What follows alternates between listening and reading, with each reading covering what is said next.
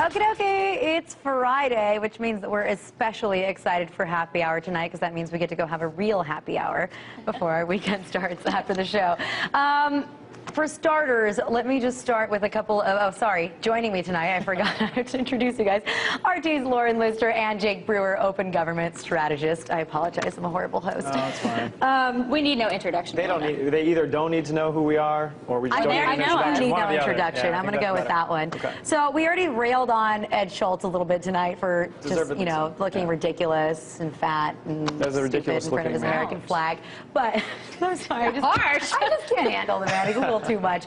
But, you know, he's really upset that we don't see country songs about boots up people's asses and bullets in people's heads coming out about Osama bin Laden's death. But there are some people on the internet, this other DJ Hot Rod that's like 50 Cent's protege, that have come up with their own club beats about it. So let's take a listen.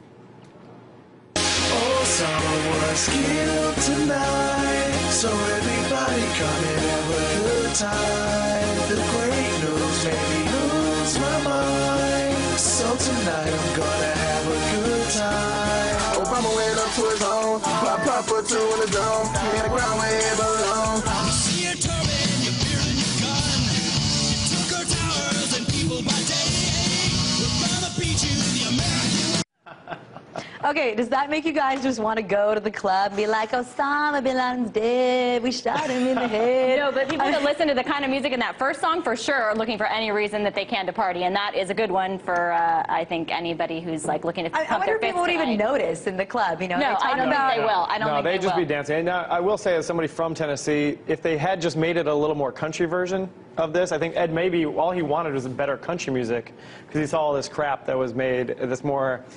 This proves that you can't just auto-tune anything and make it sound good. I think that's what that does, more than any other thing. But it does prove, like we just said, you can auto-tune anything, people will dance to it. Well, that's true. But I guess it doesn't have to sound good in order for you to dance to it. But I think it's one of those things, because there are so many songs out there that just have these like really foul lyrics that you always find it really funny when like 15-year-old girls are, you know, are like humping on the dance floor to it. And so I just can't wait to see somebody going, Osama bin Laden shit. Not to mention, I like how Charlie Sheen still found his way into the songs. There's like in the chorus of that song, like the winning, like, you know, you couldn't do something pop culture oriented without having Charlie Sheen make it in. You know, people have been feeling really crappy for 10 years about Osama bin Laden, and they produced crappy music as a result of that. I think that's just a catharsis. So maybe now we can get on to the good stuff. Because they've gotten out of their system, they can move on to being happy. Catharsis, yeah, right. 50 Cent is just looking to make a few bucks on a song that capitalizes on the current news. It's Hot Rod. It's 50 Cent's protege. Protege makes money when he does well. But 50 Cent was Eminem's protege, so Hot Rod's 50 Cent's protege. He must be successful somewhere down the road, right? Well, you know, so a lot of people might be dancing to this. A lot of people were cheering and chanting in front of the White House last Sunday when the announcement was made. But this is a video from a New York subway where a guy didn't really have so much success really getting the crowd into it. Let's take a look. All right, New Yorkers, this isn't always appropriate, but it is today. So if you don't mind, anybody with a pair, join me. USA! USA! Come on, USA! Bin Laden's dead! USA! Is that the response that we maybe should have seen? Yes, it is. In a New York subway, that is exactly the response that you're going to get. He's the crazy guy yelling on the subway. There's always one. Having just lived in New York, this sums up New Yorkers way better than the other images that we've seen. Fratty white dudes, be quiet. Just let this... You're either crazy or you're a fratty white dude who tries to do that. And as a kind of fratty white dude, let's be honest. If I tried that, I know how it would go over. It would not work. You should just let it go in New York. All I know is that guy was not from New York. But do you think that, you know, let's say America had, like, saved the world from some threat and the guy came on and started chanting USA, New Yorkers would still ignore him, even if it was a bigger deal than just killing Osama bin Laden? Totally. I mean, just from my experience riding the New York subway for months and months, yes, absolutely. That guy was not going to get a response. That is the wrong crowd. Well, you can't win them all, can you? Know your audience, Eliana. Know your audience. That is the takeaway.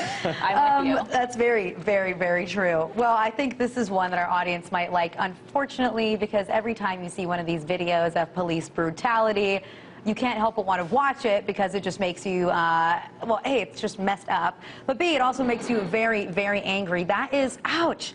That's the cop that took out a drunk 15-year-old girl, and she was just walking, and he body slammed her, and it looks to me like she's passed out.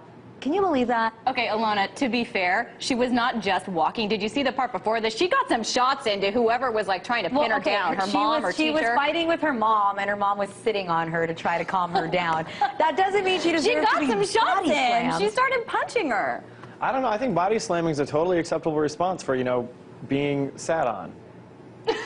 Right? That sounds like a totally reasonable reaction. Well, no, she was sat on and then got body slammed. I body slam people every day. What do you guys like? Before I came in here today. Yeah, but you're not a cop. No, but I just body slam. If I can do it, why can't I? You just got married. You come home and you body slam your wife every night. Who doesn't? Hey, babe, I'm home. Isn't that like a just normal response? I thought. I mean, cops, they're just following the natural kind of way that people behave. I just think it's so messed up. A few people were trying to apologize for the cop in our editorial meeting this morning, and they thought maybe she was so drunk that he didn't really hit her that hard. It was just the momentum, and so it looked like a body slam. But can I please get copies? I want to see what they had to say to defend that. There's no excuse. Well, they didn't. I mean, I think the guy got suspended or he got put on, you know. Yeah, they finally somebody did that. By the way, that video is from March. So finally somebody noticed, and because it's been on the internet this whole time, right? It just got caught. We have our last story. I just want to fit it in. Florida just passed a law. It's 2011. They just banned bestiality. You know what? They banned bestiality based on the protection of a goat named Meg, and I just got to say, I am proud to live in a country where goats are protected so strongly, but that girl is not.